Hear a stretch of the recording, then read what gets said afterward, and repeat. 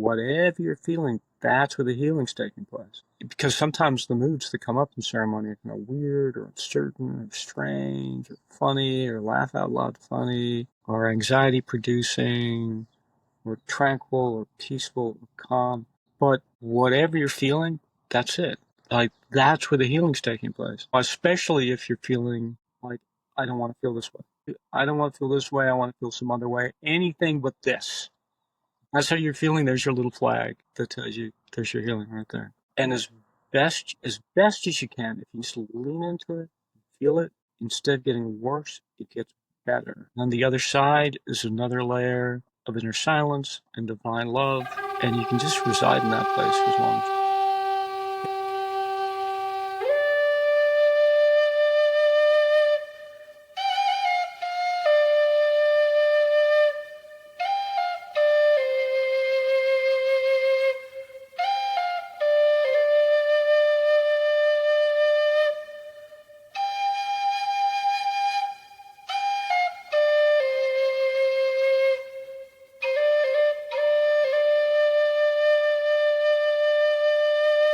Hello and welcome to another episode of Master Plant Talk. As always, I am your host, Tyler Hurst of Microdose Yoga, and today I am with Scott Stanley, who considers himself our head or lead facilitator of the AYA, Arizona Yahé Assembly, down in Tucson. So, Scott, good to see you. Who are you and what makes you come alive? well, it's a pleasure as always.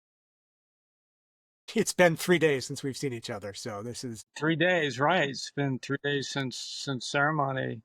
Friday, Saturday, Sunday. Man, it is such a pleasure to see how people respond to ceremony and how they come through it. I think maybe we're talking about this a little bit. It's like the people who have like the biggest struggles and get through those seem to be some of like the most satisfying for me exchanges and experiences, to have people like work through some really deep, heavy situations. And sometimes it's things they hadn't thought about in years. It's even the thing that they didn't even know they came in for. We had this guy once upon a time he came in and he was wondering about his professional life. And then he gets into the medicine, and in the morning we're talking, and he's like, last night I spent a good part of the night thinking about my relationship with my dad. He's like, is that what I've been doing, trying to earn his love all these years, just trying to cater to him? And it put his professional life in an entirely different frame. So he came in with this sort of professional angle, and then he had to examine like his relationships with the people he's closest to, their level of satisfaction. So it turned out that it was no longer like a level of satisfaction with his professional life. He had to deepen that into his personal relationships and other kind of non-material aspects of essentially his spiritual life. I started in 2008, 2009, working with the medicine. And then we started a little church. It was on the IA Assembly back in 2015. And in that intervening time, over the course of the last 10 years, probably led 600 plus ceremonies. Pretty fair. A lot of those were on the road. A lot of those were traveling up and down the West Coast, Washington, Oregon, California, of course. But that included Nevada and Colorado and Utah, and but also included New Orleans or Louisiana, included Kansas, Midwest, Louis, Maine, New Hampshire. We've like done a lot of traveling in that time to sort of meet people where they are. I see people transition from one place to the next.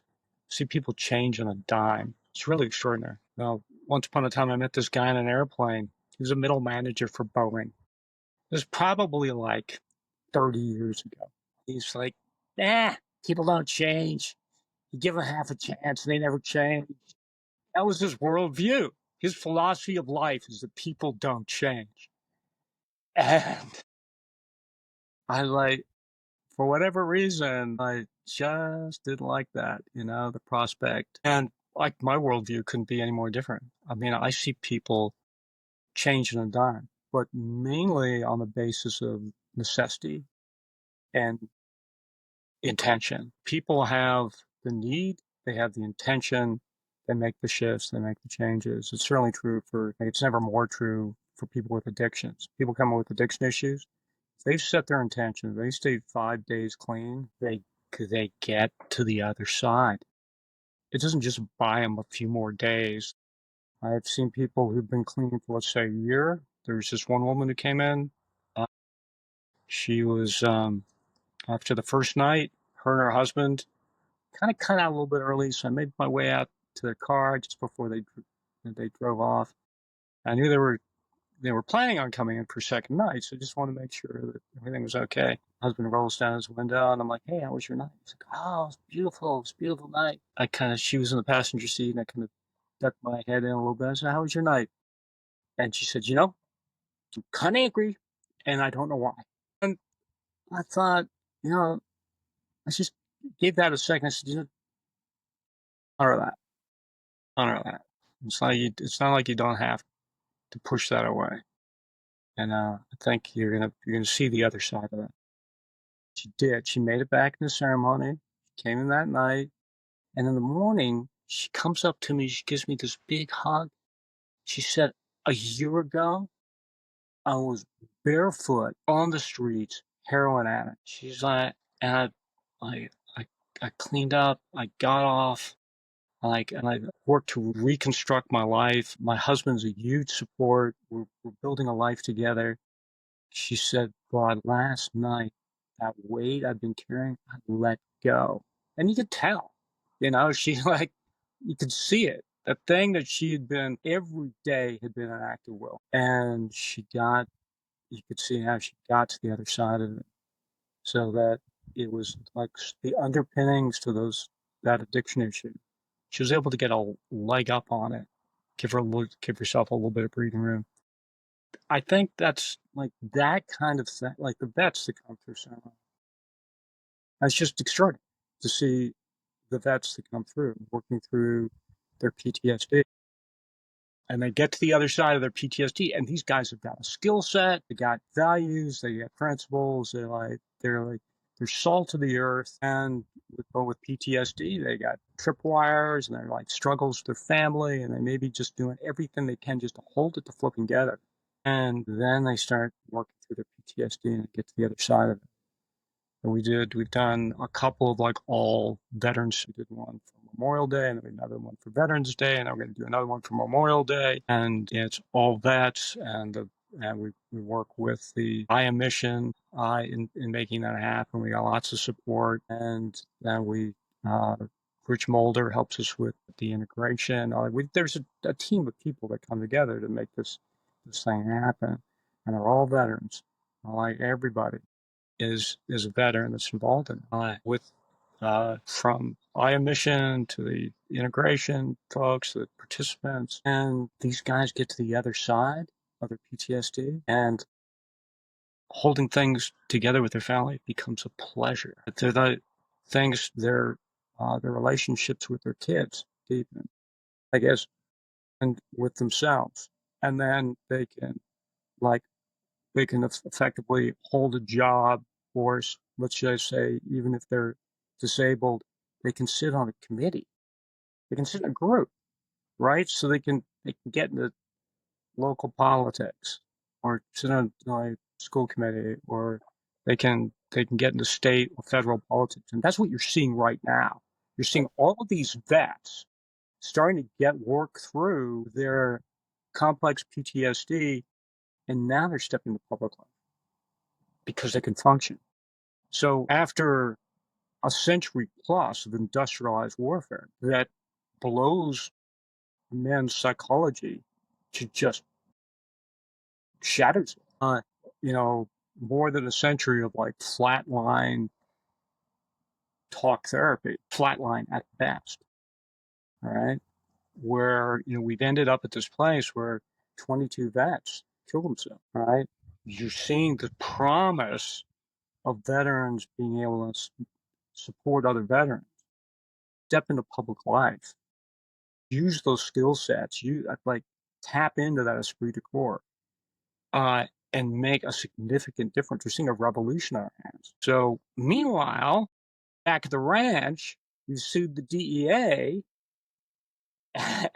and the Drug Enforcement Administration is actually attempting to stop that, and like stop these efforts that we're undergoing. Where this is a, this is a spiritual affair. There is there is a whole world of medicine out there that views people as a sack of chemicals. It's a structuralist affair, and that is all there is. Here's a pill, and uh, we might massage that pill a little bit with some conversation, but it's a structure meets methodology. That's it. And people step in the ceremony, it's an entirely different affair.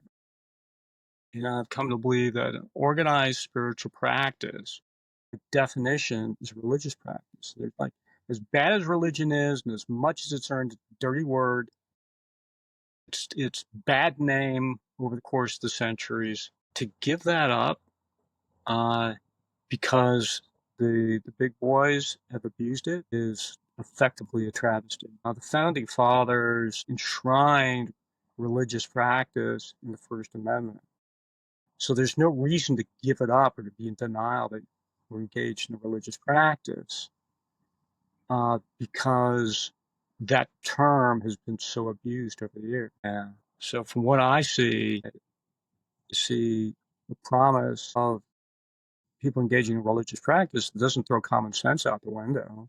It's not hypocritical. It's not top down. It doesn't ask you to defy your own conscience or give up your personal agency or authority to other men and women. I see the promise of people making a direct connection with divinity. And when they do, they transform, they change, they grow. They change in a dime. And that guy that's the middle manager for Boeing, he's probably still out there somewhere. Maybe one day we'll step into an ayahuasca ceremony and I'll see what I'm talking about. Well, welcome him. Yeah. So we go to federal court. We've been in this case since I don't know, it's been 3-4 years now. It's been a while, hasn't it? We've been battling this case. So we finally make it actually into federal court. We've been green lighted for trial. We're deep into discovery. We moved through multiple judges. Judge Rosalind Silver recused herself, and we went through 2 other judges. Now we're with federal judge Humatewa. She was the first Hopi federal judge in the United States. Just happened to be in Arizona. Makes sense. So we end up in court, and with three of the attorneys for the Department of Justice that had been handling this case for a number of years now. Those attorneys had just quit.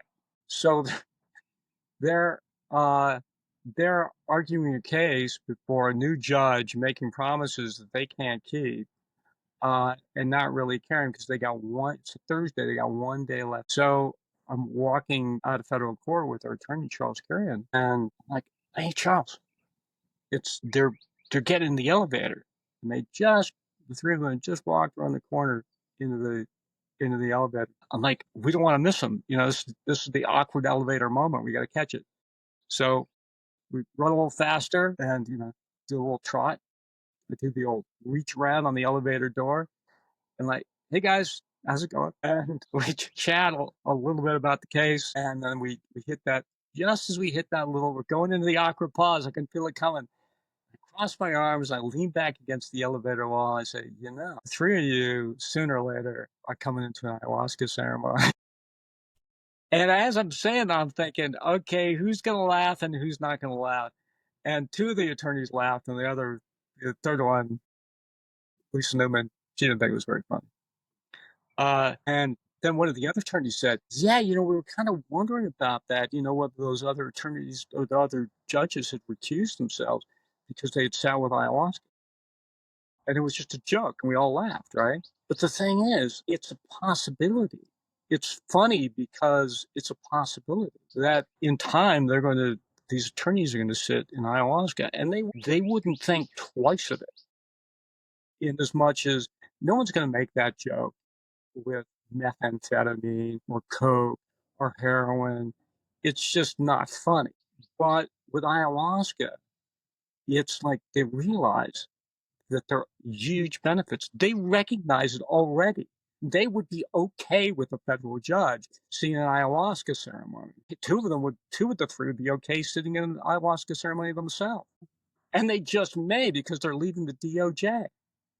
And meanwhile, because of institutional inertia, you get this giant oil tanker of an institution that can't take a hard left and is effectively trying to stop combat veterans from getting over their PTSD, Yeah. or stop heroin, cocaine, methamphetamine, fentanyl addicts from getting over their addictions. Like they're trying to stop that. In the name of what? They have like no personal stake in it.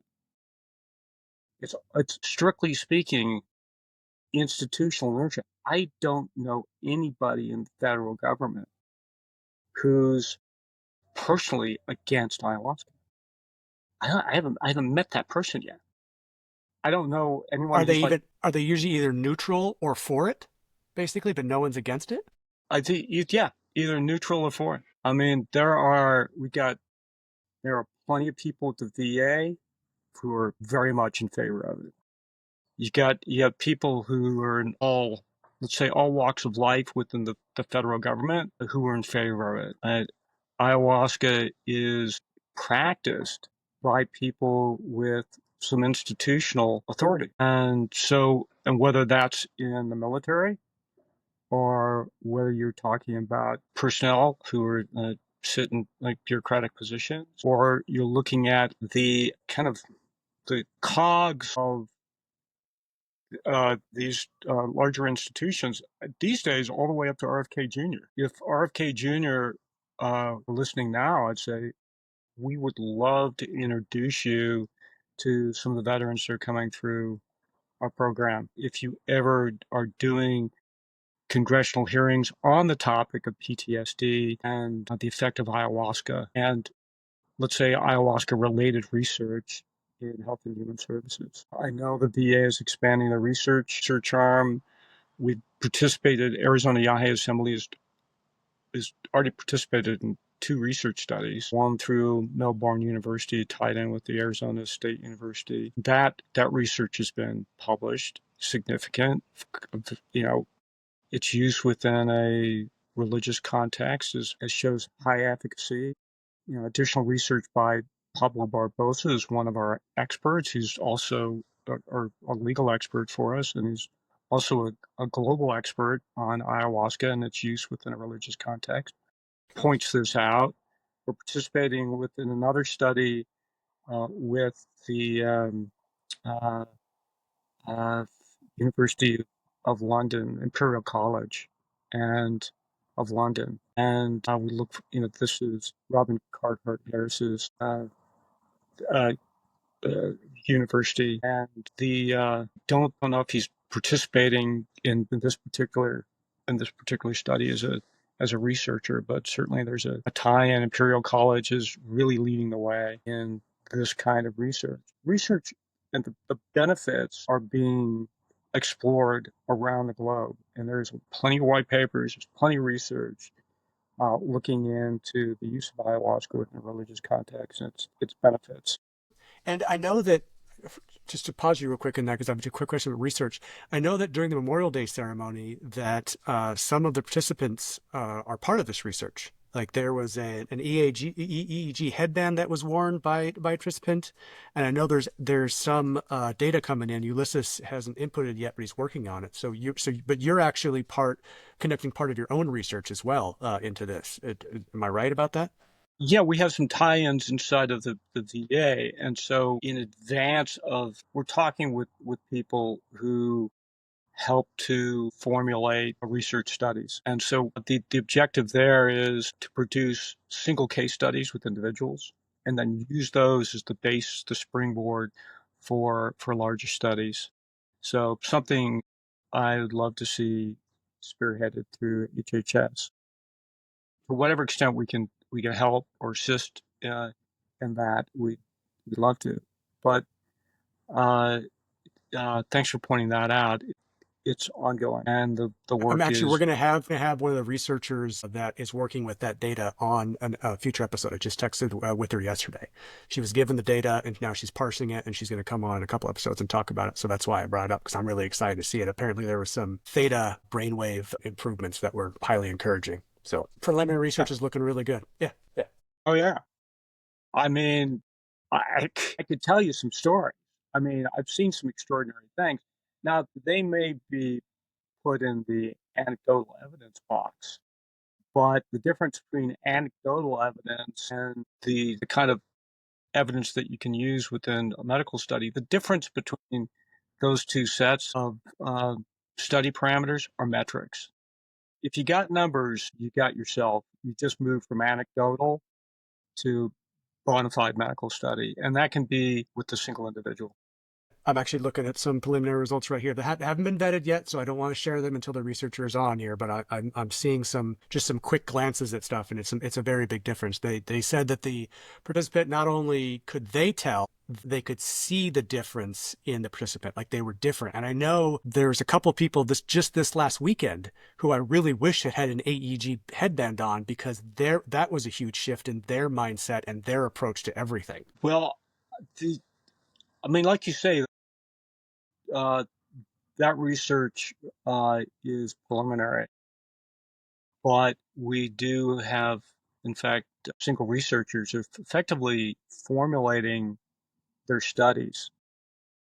We have another researcher through, and so here's some individual, I'm going to be naming their, because it's still in this formative stage, so I'm not going to necessarily out them. But we have another researcher through the University of Arizona, heads up a department within U of A medical school, and they're looking at some additional research. I think within the coming months, they'll have a study that they'll roll out that we'll be able to participate in. And some of this involves some hard science. So not just looking at questionnaires, but you may be looking at EEGs. You may be looking at microspectrometry, uh, the the just taking a few beads. People can pick those up, roll them in their hand, put them in a little jar, and set those off to the side. The sweat can be measured for chemical markers later.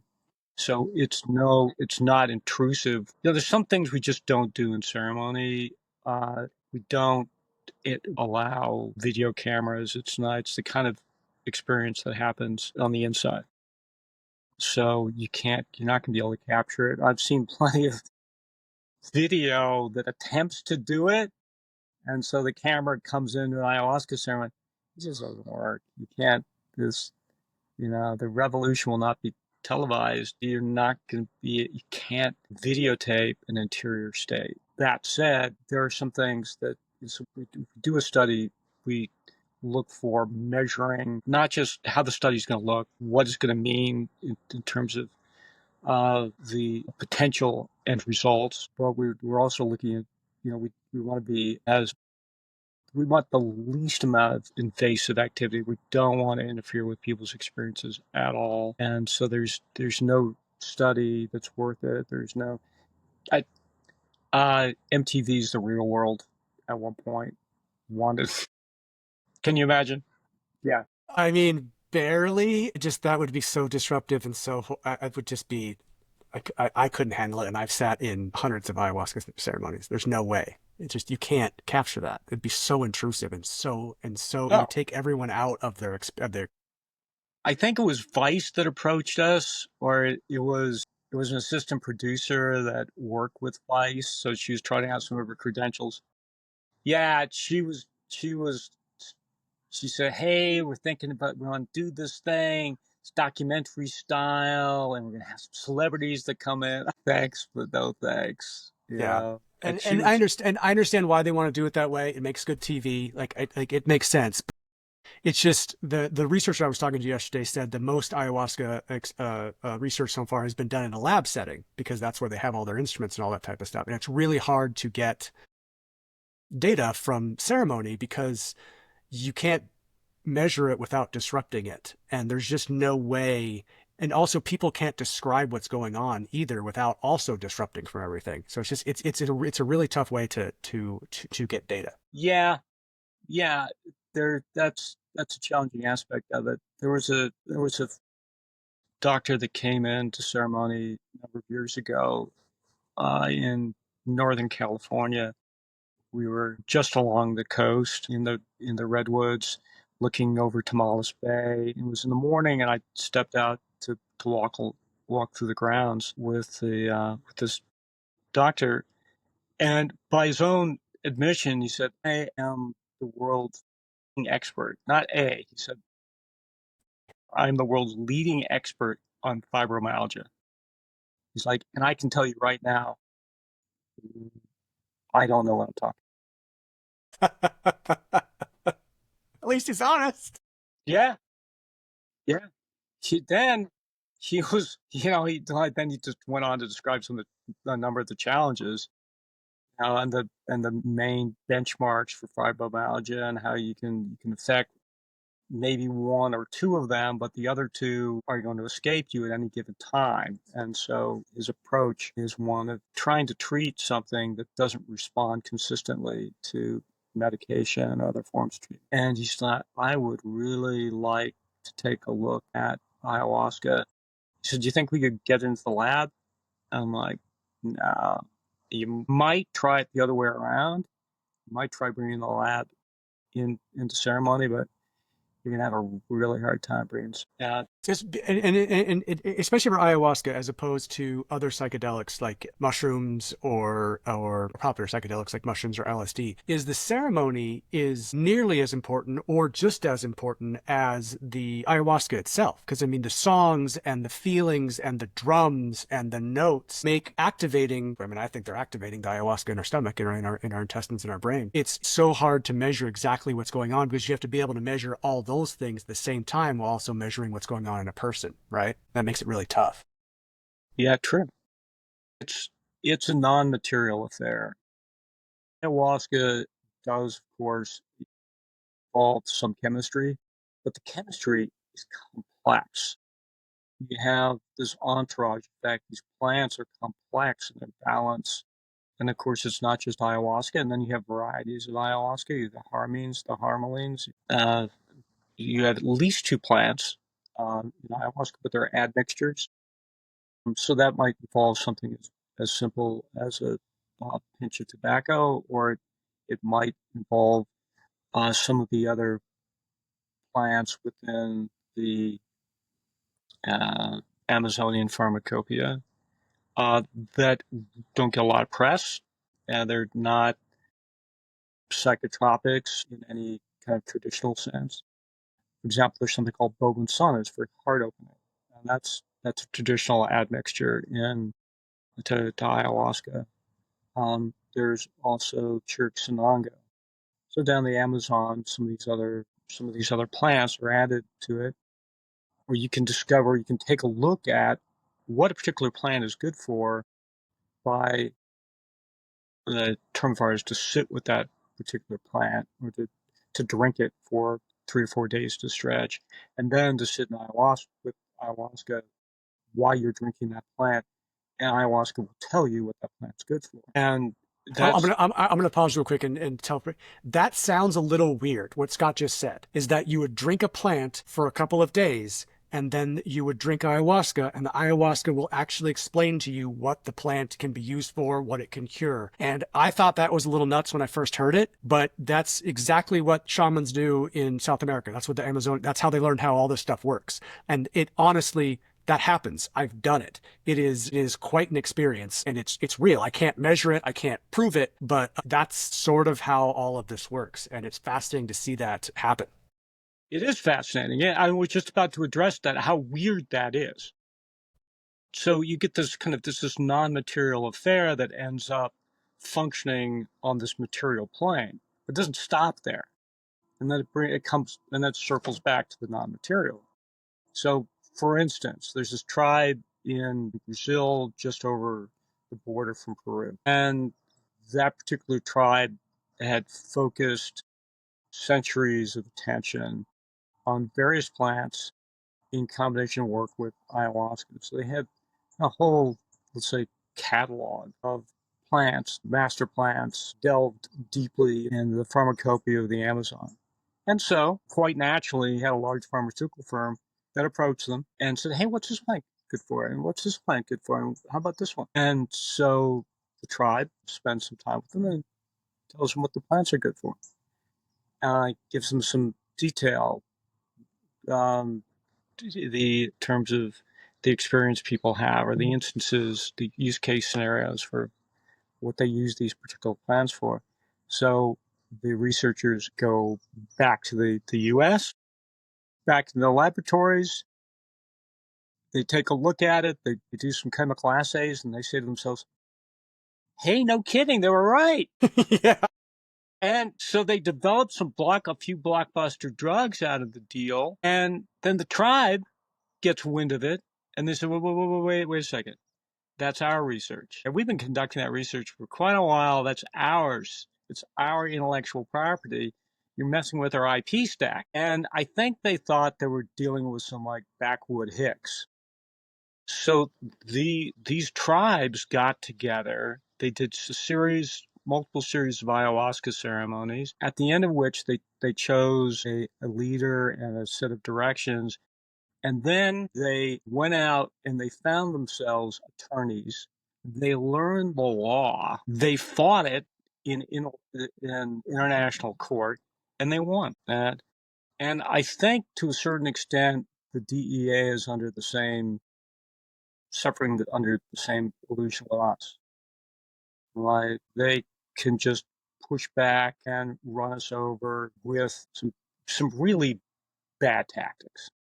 They're engaged currently in some really bad tactics. Honestly, from my point of view, they should be sanctioned. Currently we're not calling for them to be sanctioned, but their tactics um, uh, are the kind of tactics that I think they can excuse personally when they use them against drug cartels, or when they use it, when they don't want to let people who are trafficking in human beings to get away. Right. So they have a variety of tactics they use. They've gotten used to using in tandem with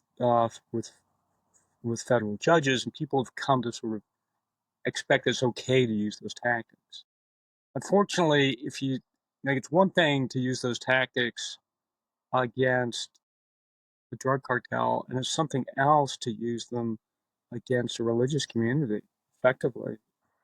And so that's what the DEA and the DOJ are engaged in right now. They're using some really bad tactics on uh, religious community. Maybe you could say in the same way that pharmaceutical firms feel that they could just go down to South America, appropriate and rip off tribes for the research, completely disavow themselves of the non-material spiritual aspect of these tribes inquiry, plants and their use and their healing properties, and how they help people to align with the spirit, with the divine. And so it looks like we're choosing sides for basketball these days, as if we're engaged in spiritual warfare. And one side of the coin thinks that human beings don't have a soul. Right. They're Yep. like human beings are soulless, quite honestly.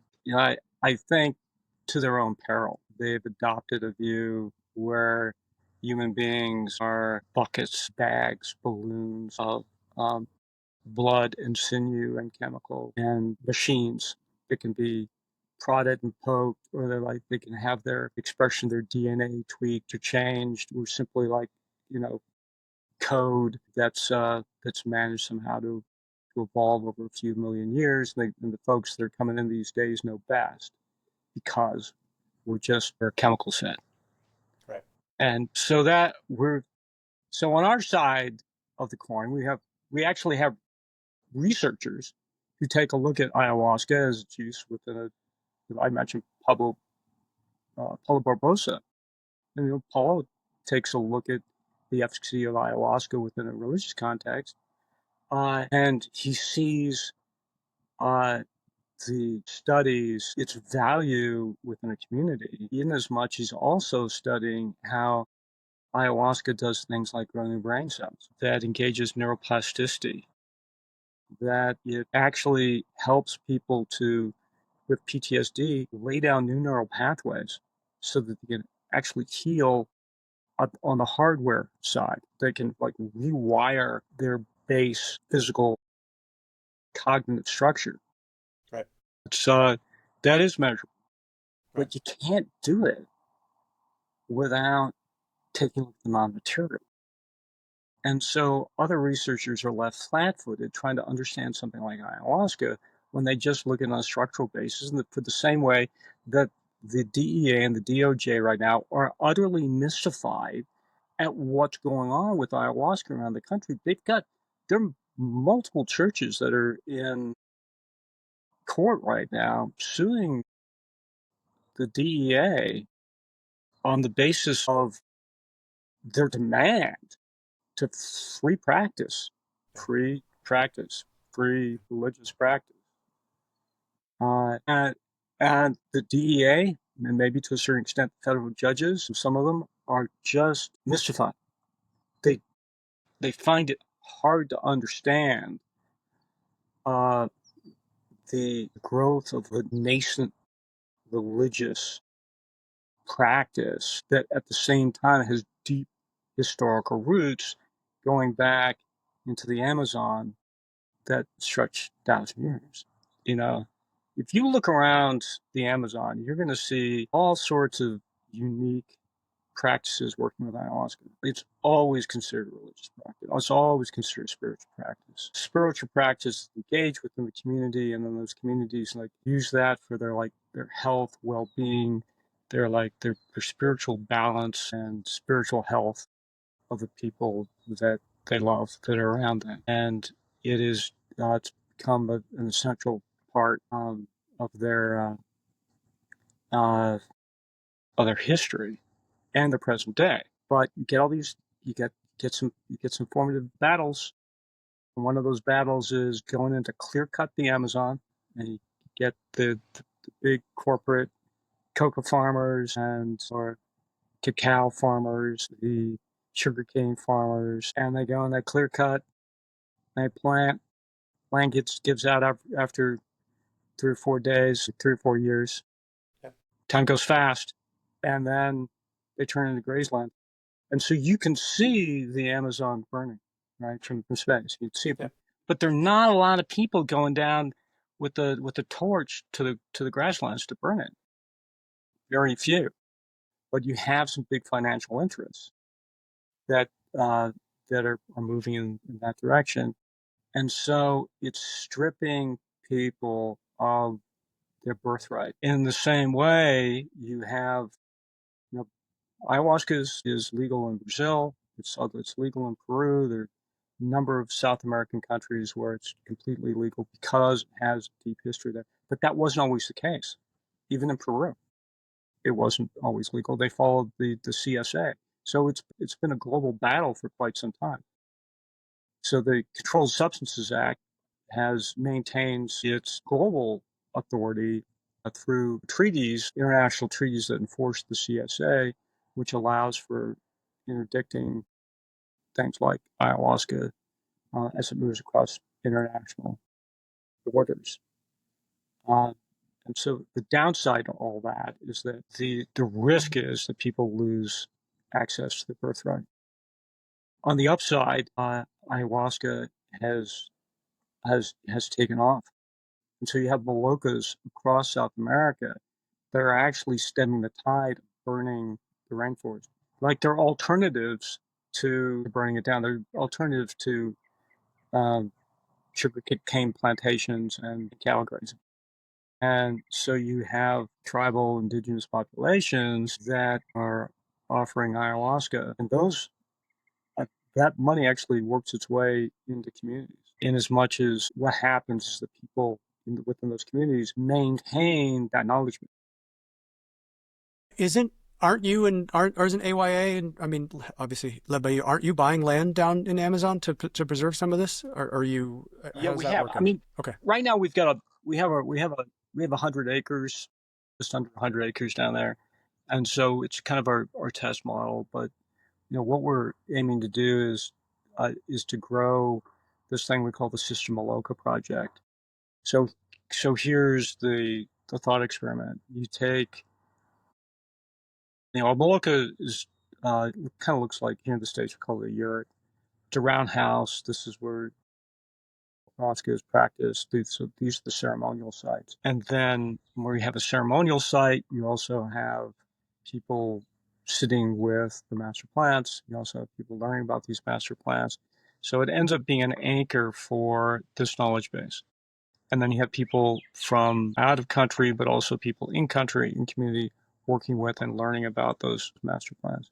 So the idea here is that if you took 100 Malokas and you stretch them 10 miles apart, you'd cover 1,000 miles. And you could cover the burn line Huh. in Brazil. So, and it's something I would love to see. In some ways, people talk about ayahuasca tourism, and it's a epithet, and it's a little critical term, and I'm not so sure about that. It's not all Man, bad. I might take a look at ayahuasca tourism, so-called ayahuasca tourism, and if you didn't have ayahuasca tourism, you might like the knowledge base for ayahuasca might be just one generation away at this point disappearing. So I think it's fair as a cultural exchange to support it. But you got to be wary of do-gooderism. So I think I've talked with academics and people have kind of worked in uh, who, who are interested in this idea. Here's the basic idea: you take scholars, you bring them down to the Amazon. They work with a community. There's a little community, for instance, of like 17 small tribes in and around Nara Herrera off the Ucayali. You bring a small group of scholars down there to develop a curriculum based on what they already know about the plants. And then you bring that curriculum, what they already know about the plants, and you bring it inside their own schools.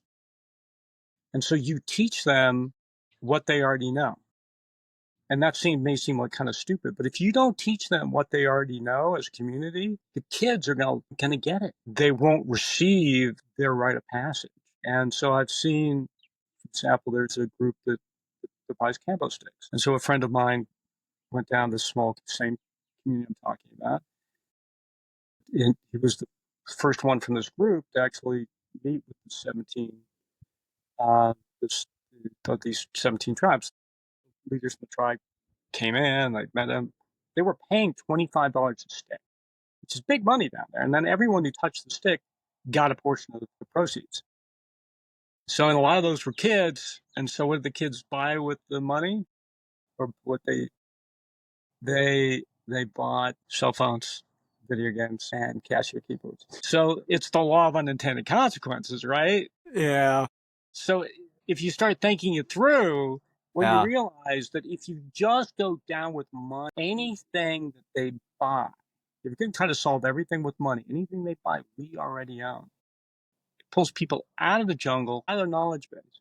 If, on the other hand, you go down and build a currency of exchange around knowledge, it's another deal. And then those kids instead become liminal characters who are versed in the other thing you want to teach is Quechua and their dialect, because the knowledge of those plants is embedded in the language itself.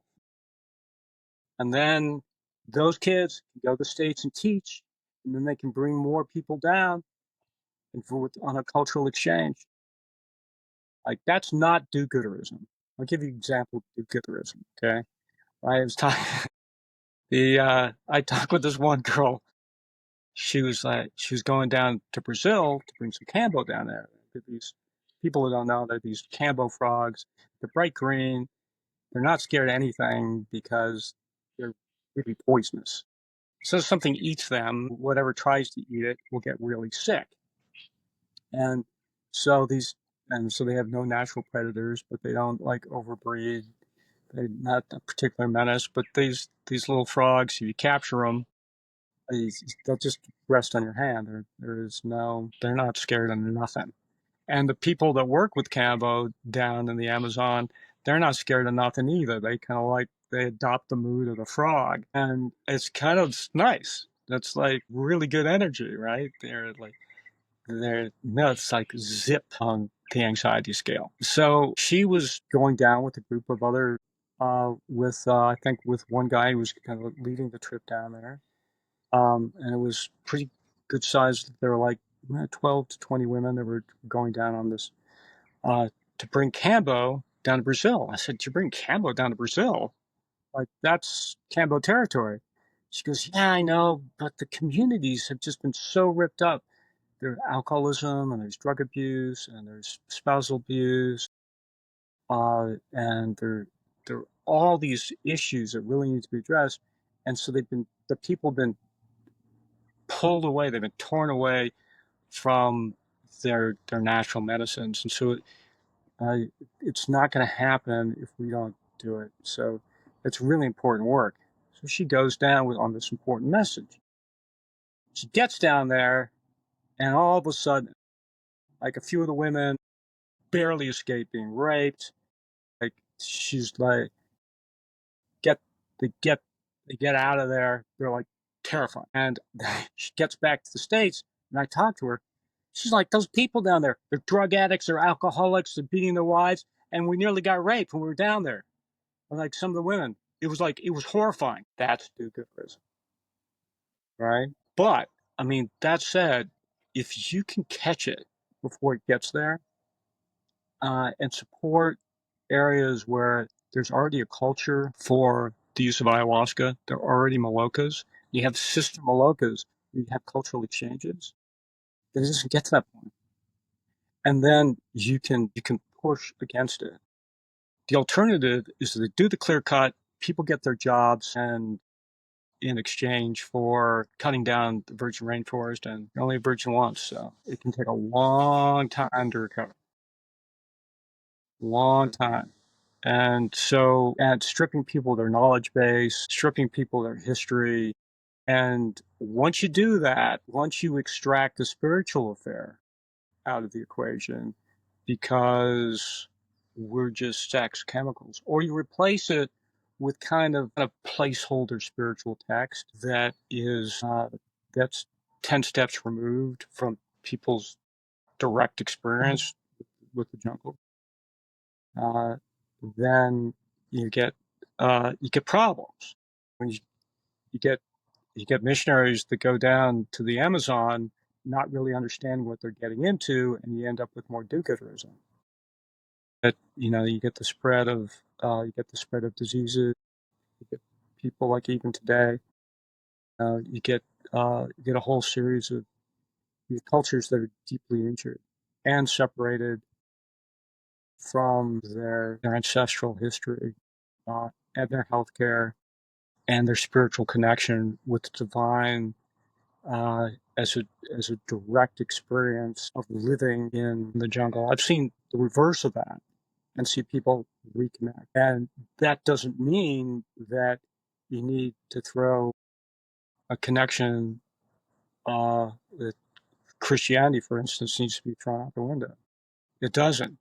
But it also doesn't mean that Christianity needs to throw out people's historical love of their environment and their knowledge for it and the healing basis of it as like an element of creation, of divine creation, out the window either. As a matter of fact, that's antithetical to that set of beliefs. I don't understand it myself, you know.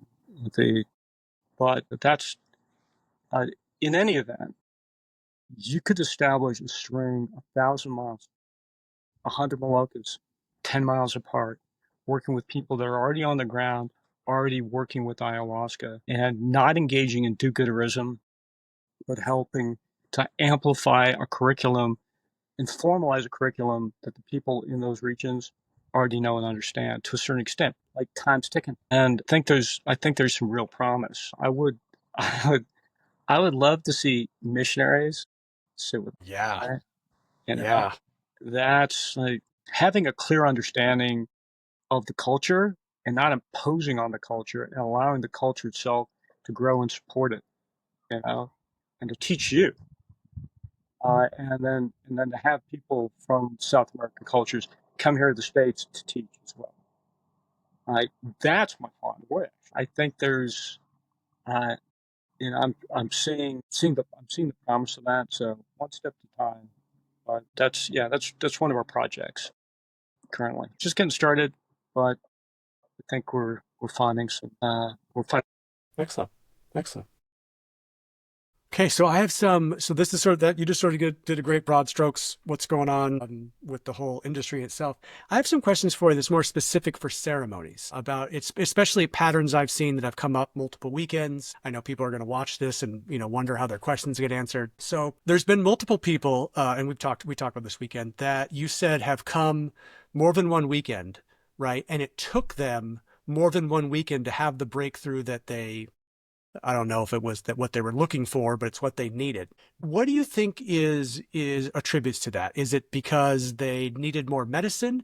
Is it because there are changes they needed to make outside of ceremony in order to be able to get to where they needed to go? Like, what do you, and this is just obviously your opinion, what do you think is contributing to that? Someone who may come for one weekend and just feel frustrated the whole weekend versus someone who comes in and it right away has that blissful experience. Yeah, right. You have both sides of that. Uh, yeah, I've certainly seen people come in one night and things open up for them, and then, or I've seen people who are in for a weekend, and the first night they're clearing, and so it might feel like a struggle, or it may not feel like anything at all. And then the second night, it expands, grows, they're clearing more, and the medicine starts to open up for them. By the third night, it's really expanded. There tends to be an arc from one to the end, and there are outliers where people don't really feel the medicine. And uh, but then I think what happens is they get home, and these are reports I get back, and things start to open up. Yeah. Yeah. And sometimes people ask me, "Hey, does medicine start working before you drink it?" I was talking with one woman, and she's spent a week crying before she came in the ceremony. She's like, "I'm crying all the time." I was like this past week, and then Friday and Saturday night were a struggle for her.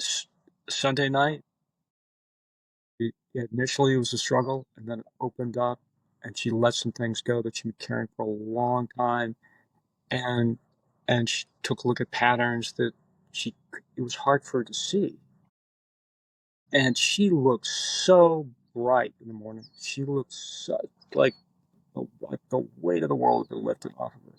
She looked so bright. My experience has been like this. It's got legs. She's like that thing that she let go of. She like really did let go of it. It's just that that thing is not specifically measurable. It has no actual weight. And I think there may be some people out there who think that it actually has physical weight, or this is some kind of chemical process, and it ain't. Yeah, there was one attendee this just this weekend. So you often tell me, and this pissed me off when you first told me this, but it's I've seen you tell other people it, and it's always worked. So I'm agreeing with you now that whatever you're feeling, that's where the healing is. There was one lady this weekend that Friday and Saturday she was so frustrated because she had had a fantastic experience at a previous ceremony, and she was really looking to sort of recreate that. And I know that she spent Friday night frustrated, Saturday night frustrated, and I believe she was about to leave because she was just like, nothing's happened. I don't know what's going on. I really don't want to be here anymore. And I sat down and talked to her on Sunday and heard a lot this from her, and we ended up doing a couple of just shifted things. I mean, I talked to her a little bit, sat with her a little bit, but I know on Monday morning she left beaming and happy and lighter. And so do you have any advice to people who may struggle the first 2 nights? Is it always just stick with it? Is that just what you recommend? Just, hey, just whatever's going on, just stick with it. You'll know when it's time to leave. Like, don't leave out of frustration. Leave when you've gotten what you've. Yeah, I mean, I like to put it in each person's hands, not how long they're going to stay for. So I, honestly, I want to live my life not trying to convince anybody of anything. But I mean, that doesn't mean that what I'm saying isn't convincing of one thing or another. It's just that Yeah. Yeah. I'm not, that's not my goal to Yeah. convince people. Right. I'd rather people see it for themselves. So it's see it. And the thing I like to express to people, that I guess at one level ends up being an expression of like my own experience, which you might take as advice or not, but is this thing that you were talking about. Like, whatever you're feeling, that's where the healing's taking place. Because sometimes the moods that come up in ceremony are kind of weird or uncertain or strange or funny or laugh out loud funny or anxiety producing or tranquil or peaceful or calm. But whatever you're feeling, that's it. Like, that's where the healing's taking place. And especially if you're feeling like, I don't want to feel this way. I don't want to feel this way. I want to feel some other way. Anything but this. That's how you're feeling. There's your little flag that tells you there's your healing right there. And as best as you can, if you just lean into it, feel it, instead of getting worse, it gets better. On the other side is another layer of inner silence and divine love, and you can just reside in that place for as long as you. Yeah, and on the other side, there's a gentleman this weekend that was having a real tough time on Friday and Saturday nights, and I know was walked around a little bit and turned it. And I went out to check on him a couple times, and he said, is there a pill for this? Can I take something? I don't want to feel like this anymore. I feel terrible. I feel horrible. I don't want to feel like this. And I know that I recommended, hey, maybe shift this a little bit. Instead of saying you hate or don't want to feel this way, maybe say, I love feeling like this. Not that you like it, but you're bringing love into your pain. And I know that he ended up talking to you and got such a tremendous experience Saturday, he didn't even bother to come back Sunday. And not because he was frustrated, but because he just got what he needed. Do you see that happening a lot? I mean, I don't, maybe not a lot, but it's pretty regular that happens too, right? That people have that kind of breakthrough. Yeah. Yeah, yeah, I see people have that kind of breakthrough where they're not.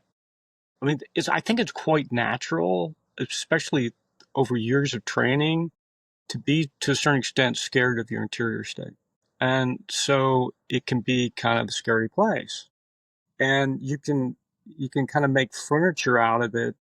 So the other natural impulse is to take that interior state and just project it outward. So other people are having a bad day and the lines at the bank are longer and other people have really lousy drivers. Like it's not your bad day, it's everybody else's bad day. That's making you have a bad day.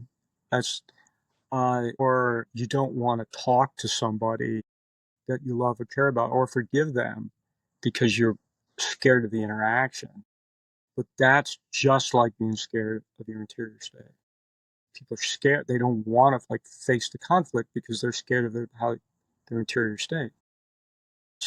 Welcome to planet Earth. It's a pretty common experience. And so in ceremony, people come to like those places where they get an angle in, they get a leg up on seeing their interior state, and there's nobody else around to blame or like to project on. Or the medicine kind of shows them their like chatty mind, and they get up in their head and it seems exaggerated, and they realize that the only thing that's in their way is their ability to accept themselves, or accept what's happening, or to feel what's going on in their interior state. And even for people who meditate regularly, have a practice, but particularly, for people who don't, like coming back to and self-examination, just not in any kind of clinical way, just recognizing that you have an interior state. like your body is not a transportation unit for your skull. That you have like an inner life that involves dreams and involves all the ups and downs. Like everybody gets to be a human being. That's your birthright, and that includes all of the full range of human emotion. And so, instead of like always trying to be positive and pushing away the negative, like bearing witness to like what would otherwise be negative states, so that you can passage through those periods, and instead of trying to like push them away or bury them deep or not express them because you feel like you're going to poison the well with your family. But the risk is, let's say you take someone with back pain. They don't want, they're irritable because they're back pain. They try to bury it deep because they don't want to poison the well with their family. And they hold it down long enough and then they explode. And then the family's walking around on eggshells and maybe they try to apologize. Maybe they don't. Maybe it's extended. Maybe there's some blame. But then it could produce a kind of atmospheric exchange, this kind of economy where the emotional field is amplified and reverberates with the people around them for the person with the back pain. And the there can be these opportunities, and within ceremony, I see people gain opportunity to get a leg up on their emotional life and to come to a state of acceptance with how they feel about how they feel. Not just how they feel, but how they feel about how they feel. That's a good one. You know what I'm saying? So Yeah. that they're not like, oh, like I'm scared, and so now I'm terrified because I'm scared.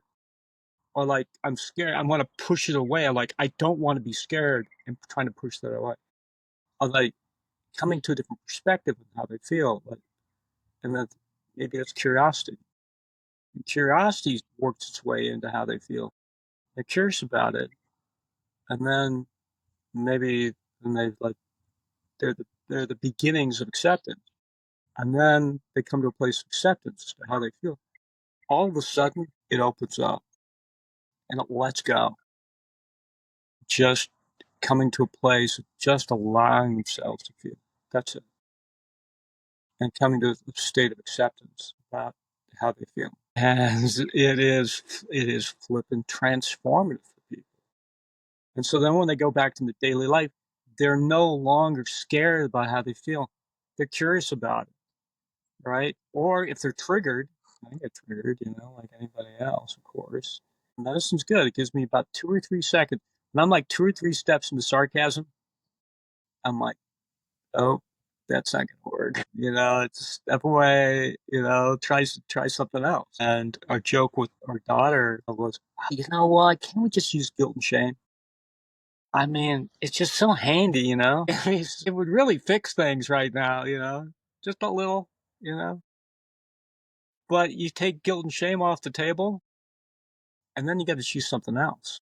And like you get kind of like curious about like how this kid's feeling, and not engaging in an economy of guilt and shame, which can look like in a family can look like, what about me? What about you? Don't look at me, look at you. Or it can be like, look at them. You know, you know, Dad's a jerk, or it's like it can be exchanged either directly or obliquely, and that can be the economy.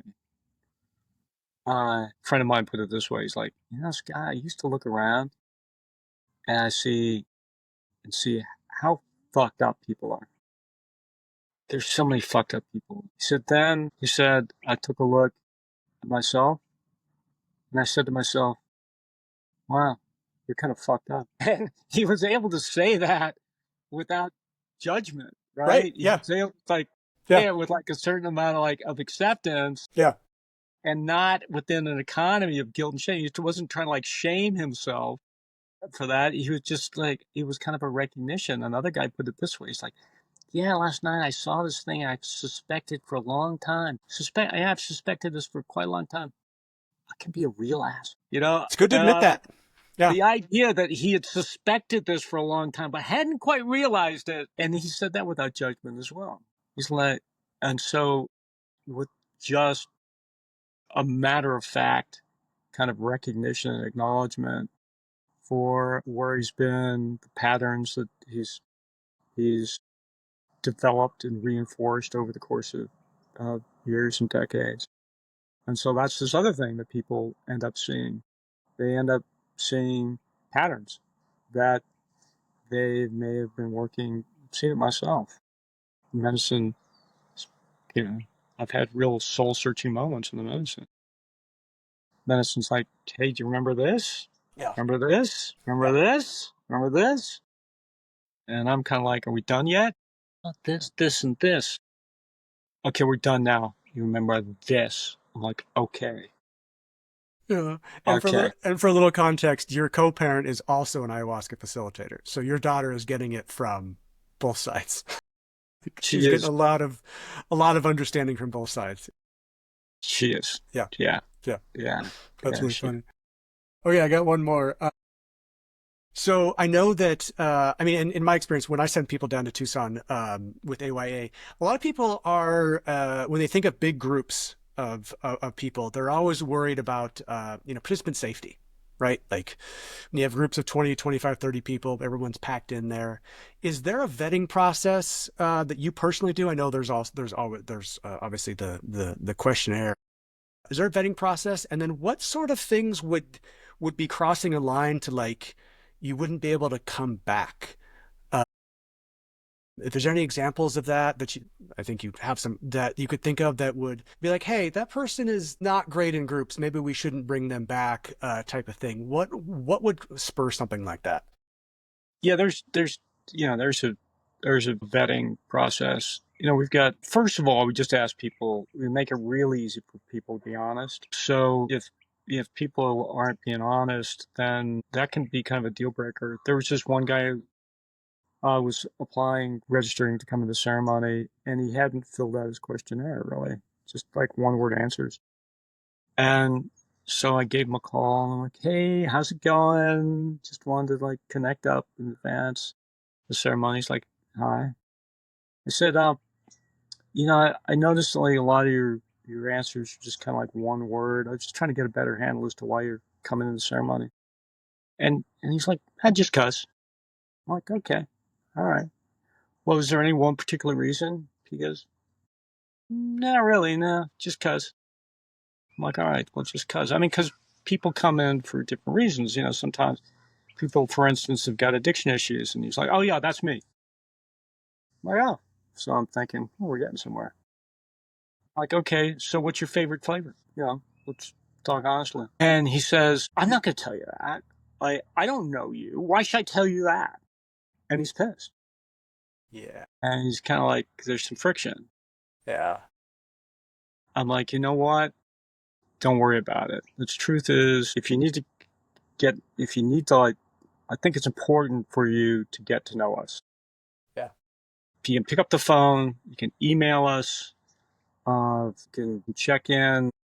I'm available. I'm calling you on my cell phone right now, so you can call me back on my cell phone. And what I'll do, I'll have a refund issued for you. You'll have that this week. Oh, he was so pissed. Oh. He was so, but the fact is, he was right. Like, trust and honesty are preeminent. Yeah. So, we talk with everyone that comes into ceremony in advance, and I put to everyone that's like new. People thought we have hard stops on registration for certain types of medications like MAOIs. You can't be taking certain antidepressants, and then there are certain drugs that have contraindications, hypertensive disorder, and other things. So we have to review, and that's just to take care of people. That's essential. And then occasionally, like with the gentleman I just told you, there we have people kind of wash out. I never found out what his situation was, and he never actually came back in the ceremony. But sometimes people have addiction issues, and sometimes they make it, sometimes they don't. But they have to be clean for at least 5 days. And so we try to make it as easy as possible for people to be honest with us so that they can get the most out of it. It just doesn't do any good for people to come in the ceremony and to be using at the same time. So we have to like be careful. At the same time, people who are setting their intention to let go of substance abuse, or whether to stop using particular substance, then they're going day to day, and they've got, in some cases, they have a support groups, but they'll check in with us, and we'll check in with them to help them get through to day 5. Yeah. And so sometimes it's pretty rough, but I've seen people make it and stay off. I've seen people relapse as well. 6 months later, people relapse, but then they relapse and it's just not the same. There are people that are like, I don't want to know why I did it. I'm like, oh Yeah. my God, it feels so gross. I can't, it's awful. Yeah. It's like it's the fun and games are over. And so people like get clean again and they come back in the ceremony. So it's a kind of ongoing affair. Yeah, I was talking with one of my daughters back when she was in kindergarten. I was talking with the teacher. This was, I guess, my daughter's like 3, maybe 3 years old, and so she was in preschool. And the teacher's like, she colors really well inside the lines, and she doesn't bump into the other kids at all. I'm like, wait a second. You're saying that coloring inside the lines equates to not bumping into other kids? She's like, yeah, the kids that can't color inside the lines, don't color, they tend to bump into other kids a lot. They don't understand boundaries. Interesting. And so it's important for us for people to understand boundaries. And so we try to keep a handle on that. Some people we have to occasionally they're people we have to pay attention to so that they're not drifting around the space, kind of bumping into people, and not necessarily in a malicious way. And so we get we have to let people know, I kind of initially hey, let's take a break. These are some of the things that we need to let you know, and then and if you want to come back in, then we can we'll explore it later. But there's some things you need to learn. We usually we cut people some slack, and then there are other occasions where we just have to sort of draw a hard line and say, "Nah, sorry, can't come back." I mean, there's there are other groups out there, and you can. And then there are other occasions where I'll go to bat for people. We had this one guy who came into ceremony, and right from the very beginning, he's total loose cannon. Even before he sat with the medicine, and he was effusive, he was positive, but he was kind of more like, "Bro, I love you." Right. Right. Just he was just talk about boundaries, man. He just did not have them. So um, we I'd be careful about the amount of medicine I gave him and how much, and uh, the timing for that. He had something else going on, and we had to be sensitive to that. And at the same time, we want people to heal. So we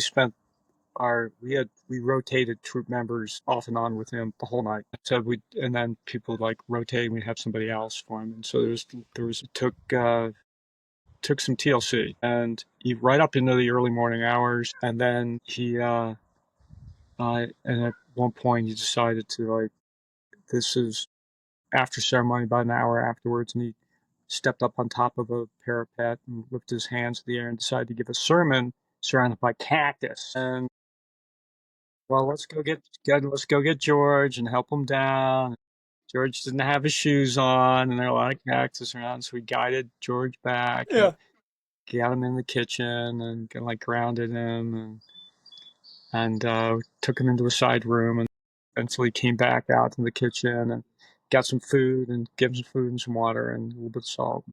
And then his brother showed up, and his his brother's a smart cookie, and so was George, right? His brother graduates from Harvard, and we were talking with his brother a little bit, and his brother kind of didn't tell us anything, just kind of dropped off George, just dropped him off. And then in discussions with his brother in the late morning, it turned out that his brother had been rolled coming out of a bar. So he was beaten up when he came out of a bar.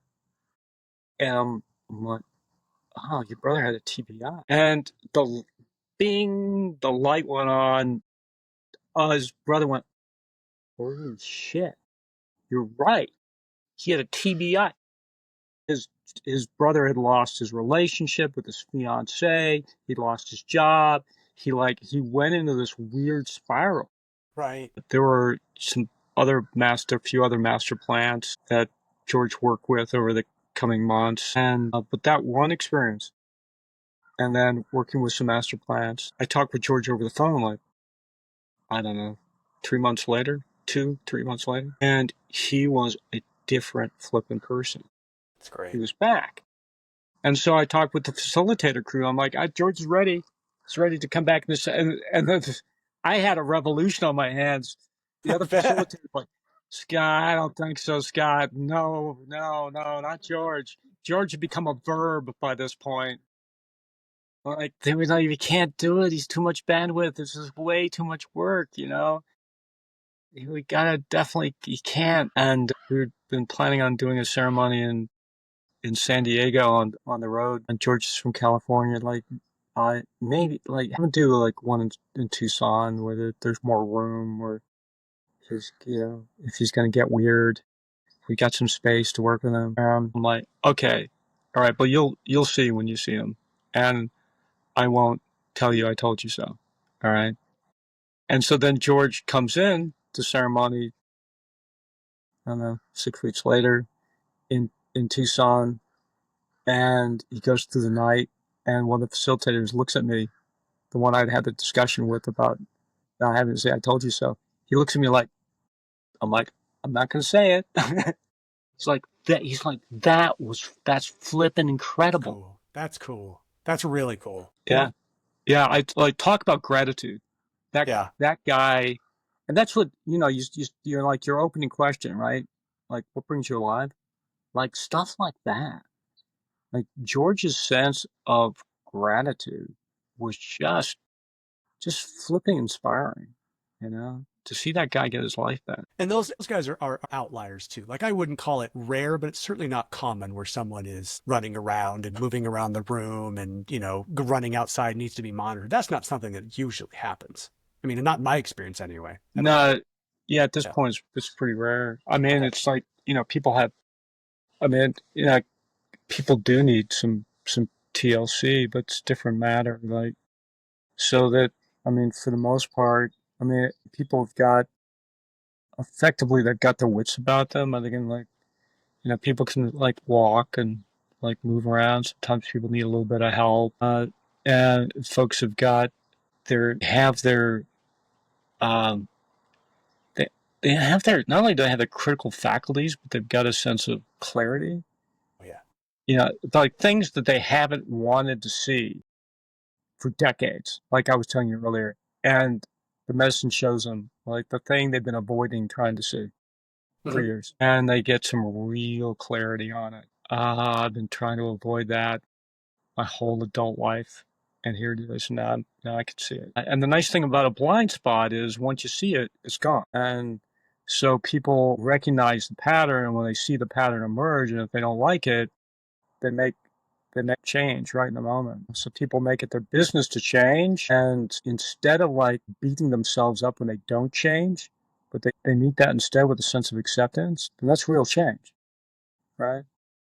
They see themselves like they make the business change, and then on a given day, they see how they haven't changed, and then they don't judge that. They don't beat themselves up. They meet that with a sense of acceptance, and they realize that that's change, and that thing that they've been battling against starts to let go of its hooks. So instead of being sort of foregrounded in the economy of guilt and shame, it becomes backgrounded. Now, the thing about self pity and self importance is that they are exactly the same thing. Mm. So if you've ever said to yourself, I don't deserve this kind of shit, Mhm. you see like both sides of like, Yeah. self-pity and self-importance. Right.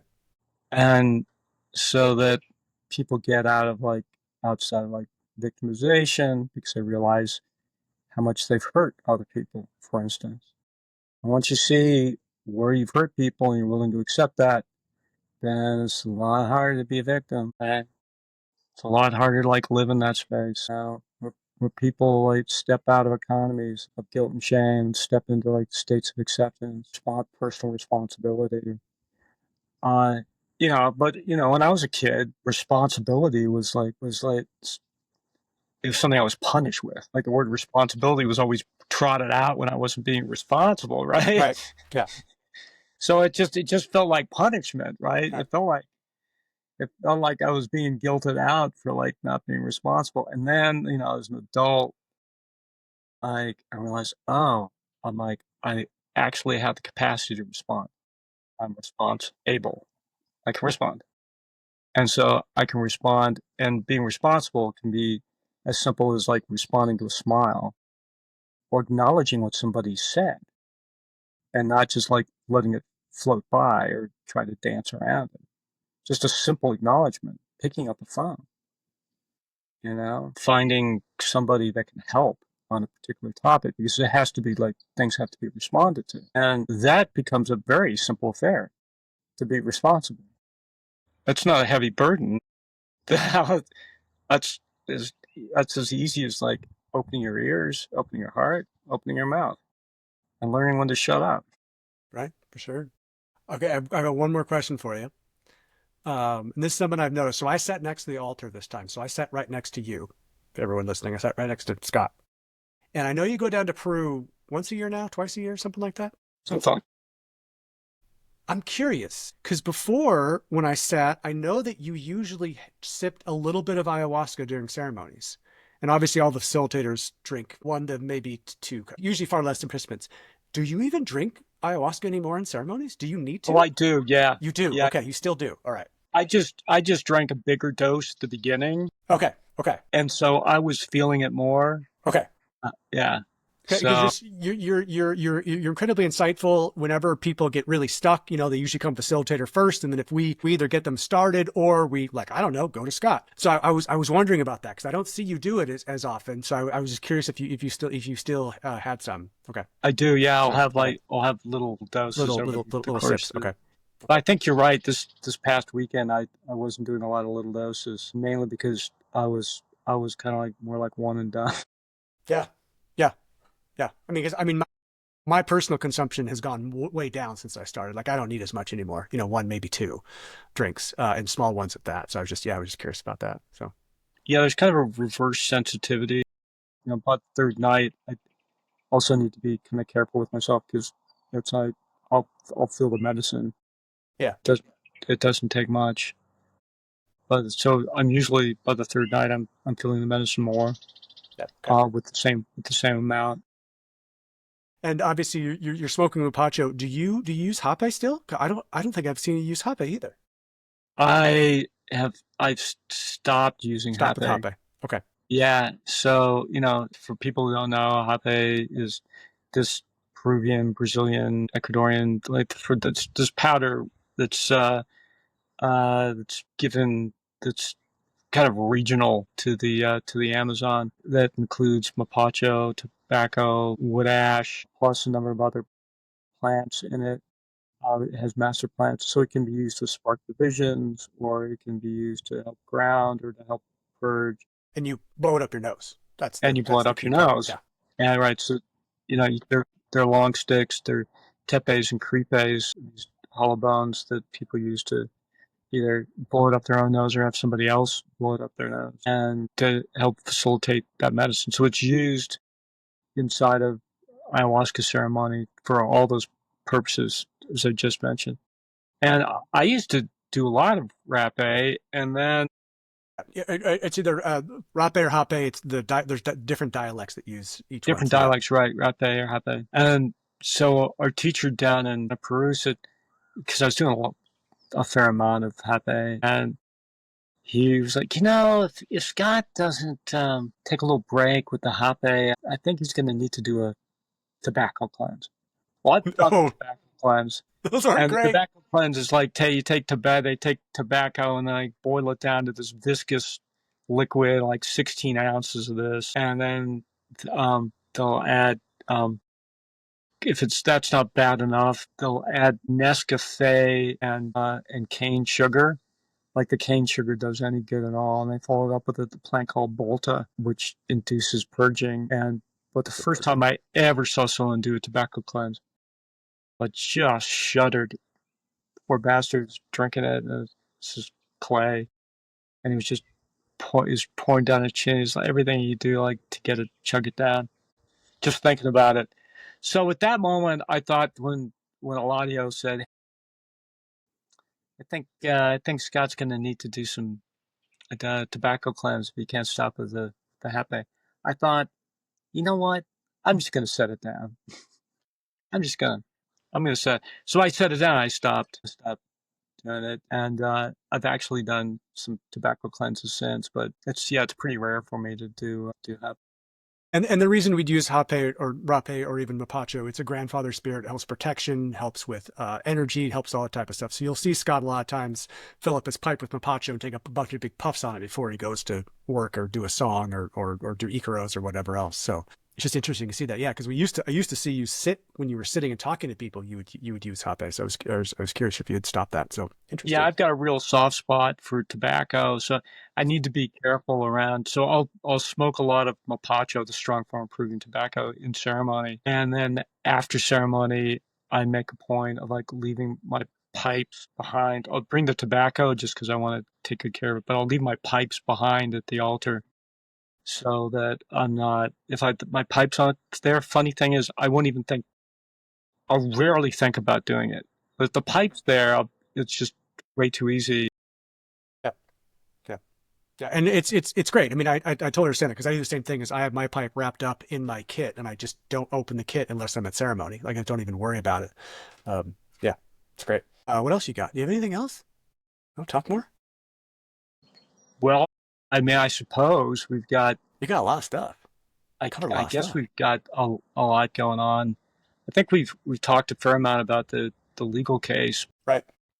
and right now we're in discovery, and what that means is we've got 130,000 some somewhat not 1,300 but over 100,000 emails, and that's after we've got roughly I think we've got something like 5,239 members. I mean, of course, we've got more people coming in every weekend, ceremony every 2 weeks.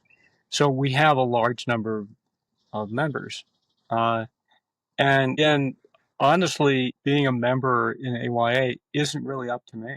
I see it when people that come in into ceremony and they sit with the medicine, and it's the very first time. And in the morning, I see them afterwards, knowing how they came in before, and it's pretty obvious they're let's just say a way of phrasing it is they're in the club, but it's a lot more than a club, and that people like gain a certain perspective on their life, and it is decidedly a spiritual affair.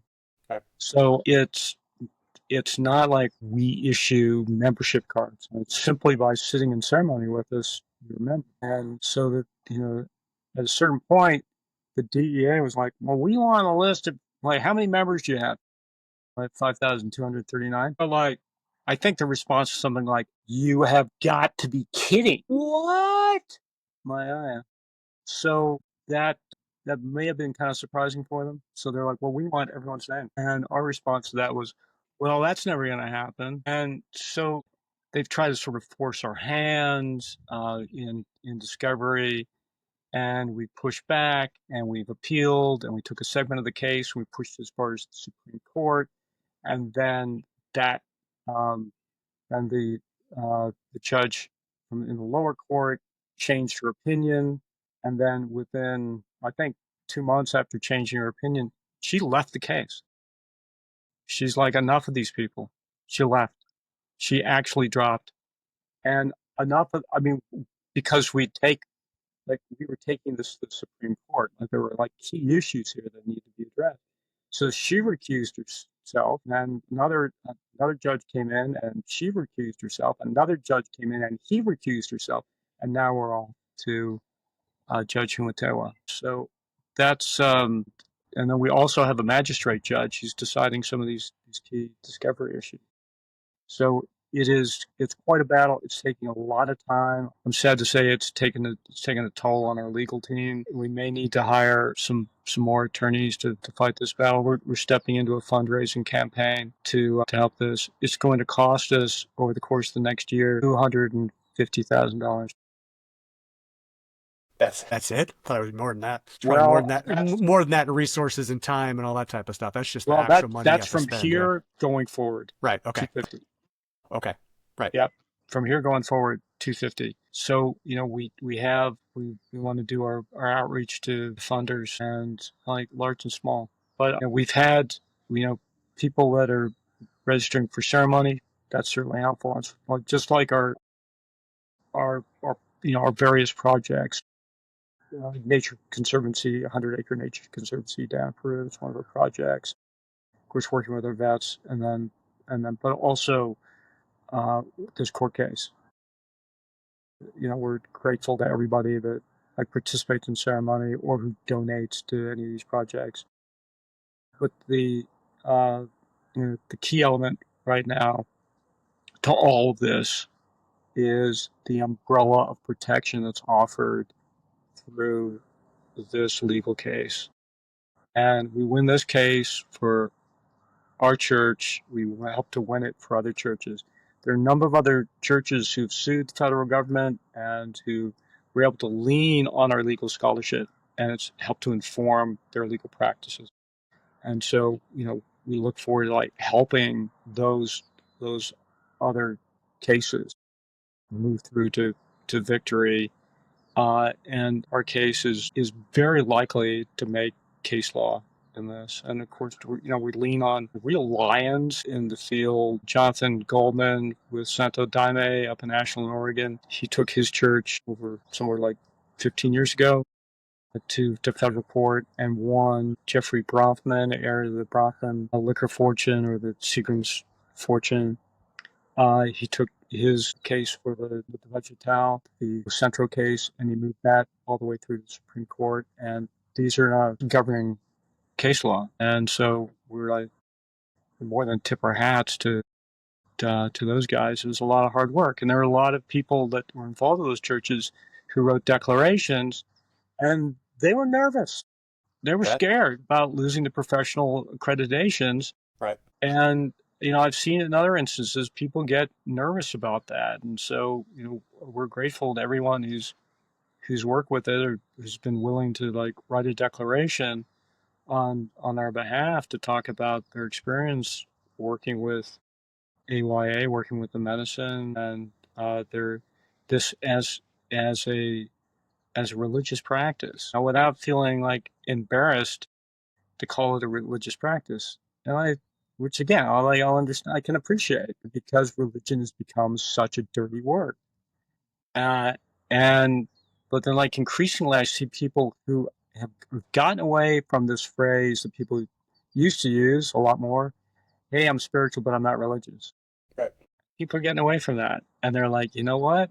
I'm spiritual and I'm religious, and like because I share core principles and values and like a sense of conscience and a unique practice with other people who are not only like who are working on their connection with and healing through divine, but they're helping other people do the same thing, and they're bringing it into their lives, and they're not making a big deal out of it, right? They're not trying to like hammer people over the head with it.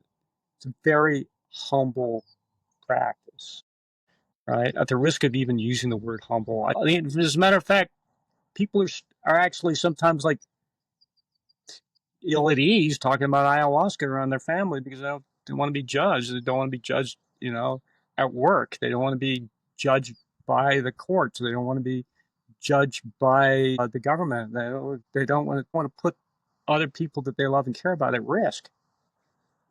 And like that's one of the things that I appreciate about this case, because we have this case in place, is protecting people. And so we certainly want to keep that up. But we're grateful for everybody and anybody who's helped and like supporting the case, either with their like legal acumen or their time, or simply by participating in ceremony, or with like their financial support.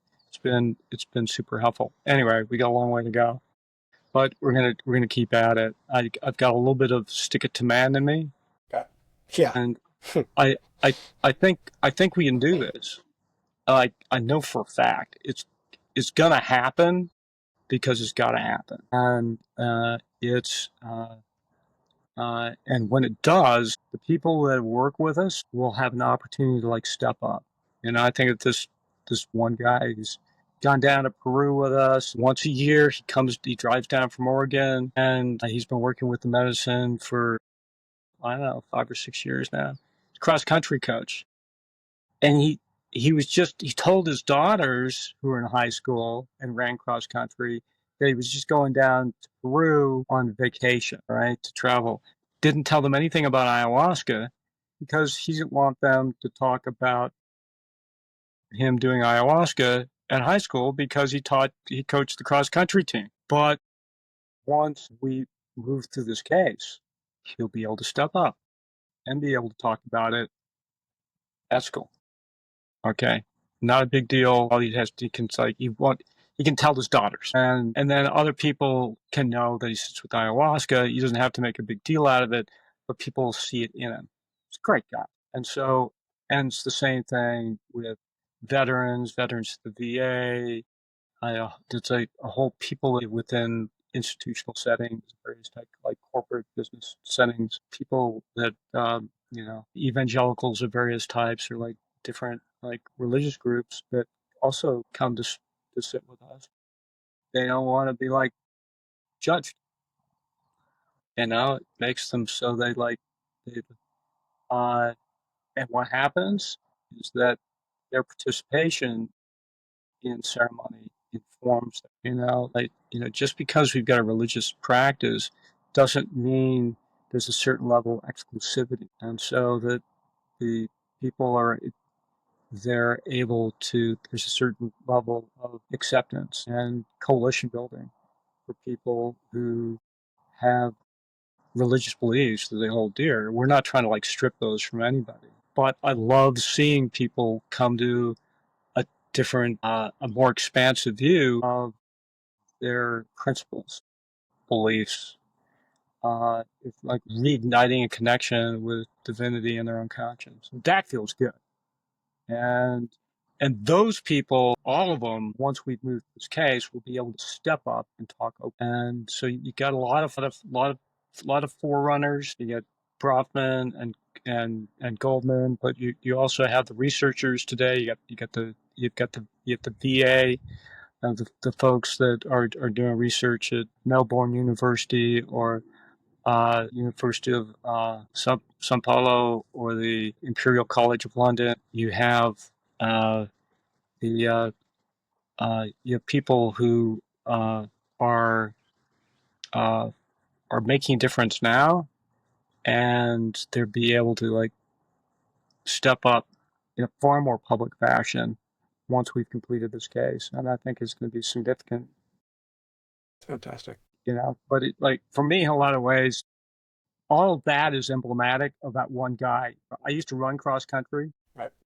If my coach, like all I have to, if I knew that my coach was going down to the Amazon to sit with ayahuasca, there would probably be an occasional joke or here or there, and so we'd have, but that would be, that would be enough, right? Because the thing is, I respected my coach in cross country, and I know that other people that run, other students that run cross country, they respect their coach. And so the people that are doing good work, that are respected the community, can step up, and really nothing more than that.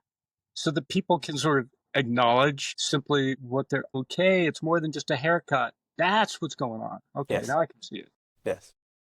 Uh, and I think that's really going to open up a lot of doors. I think it's happening now, but this legal battle is bona fide, and the opposition is doing everything they can to stop the work we're doing. But I think it's, like I was saying before, it's institutional inertia. The individuals, I don't see the individuals being dead set against us.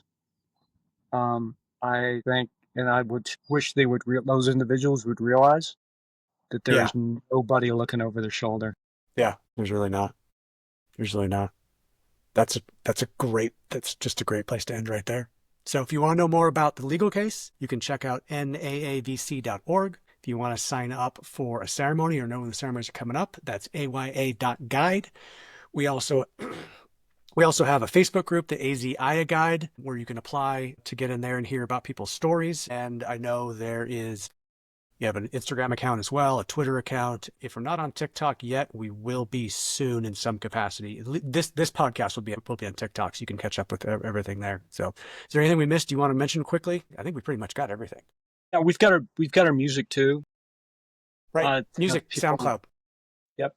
Right, so SoundCloud, and then we have our account on YouTube as well. Okay. We have our music videos on YouTube.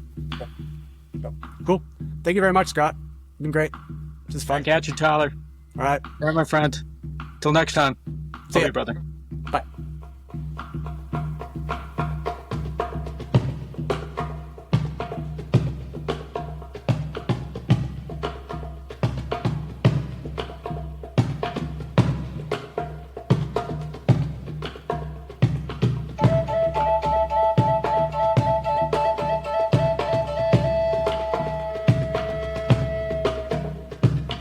I think that this one guy, he's gone down to Peru with us once a year. He drives down from Oregon, and he's been working with the medicine for, I don't know, 5 or 6 years now. Cross country coach. And he told his daughters who were in high school and ran cross country that he was just going down to Peru on vacation, all right, to travel. Didn't tell them anything about ayahuasca because he didn't want them to talk about him doing ayahuasca at high school because he coached the cross country team. But once we move through this case, he'll be able to step up and be able to talk about it at school. Okay, not a big deal. He can tell his daughters, and then other people can know that he sits with ayahuasca. He doesn't have to make a big deal out of it, but people see it in him. It's a great guy, and it's the same thing with veterans of the VA. There's a whole people that within institutional settings, various type like corporate business settings, people that evangelicals of various types or like different like religious groups that also come to sit with us. They don't want to be like judged. It makes them so and what happens is that their participation in ceremony informs them. Just because we've got a religious practice doesn't mean there's a certain level of exclusivity. There's a certain level of acceptance and coalition building for people who have religious beliefs that they hold dear. We're not trying to strip those from anybody. But I love seeing people come to a different, a more expansive view of their principles, beliefs, it's like reigniting a connection with divinity and their own conscience. That feels good. And those people, all of them, once we've moved this case, will be able to step up and talk open